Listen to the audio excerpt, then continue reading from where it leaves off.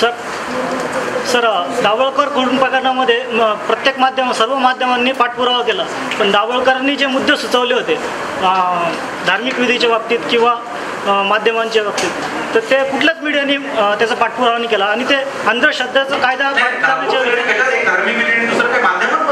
माध्यम म्हणजे धार्मिक विधी आणि जसं भविष्यकथन वगैरे त्या बाबतीत काही मुद्दे सुचवले होते, पण ते न करता फक्त जादूटोणा विधेयक आणलं, तर त्याबद्दल कुठल्याच माध्यमाने त्यांचे कलम याने केलं.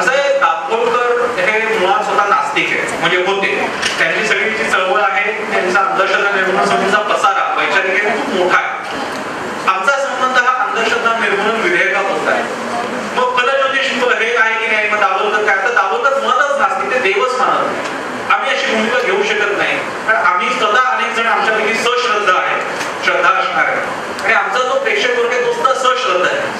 मला माहिती तुम्ही देव मानता किंवा नाही, जे काय असेल ते, पण अशा माणसाबरोबर पुन्हा असं आहे ना, त्याच्यामध्ये देव आहे हे सिद्ध करता येत नाही, हा देव नाही याचा पुरावा नाही असू शकत, आणि ह्याच्याबद्दल अजून कोणीच काही स्पष्टीकरण दिलेलं नाही.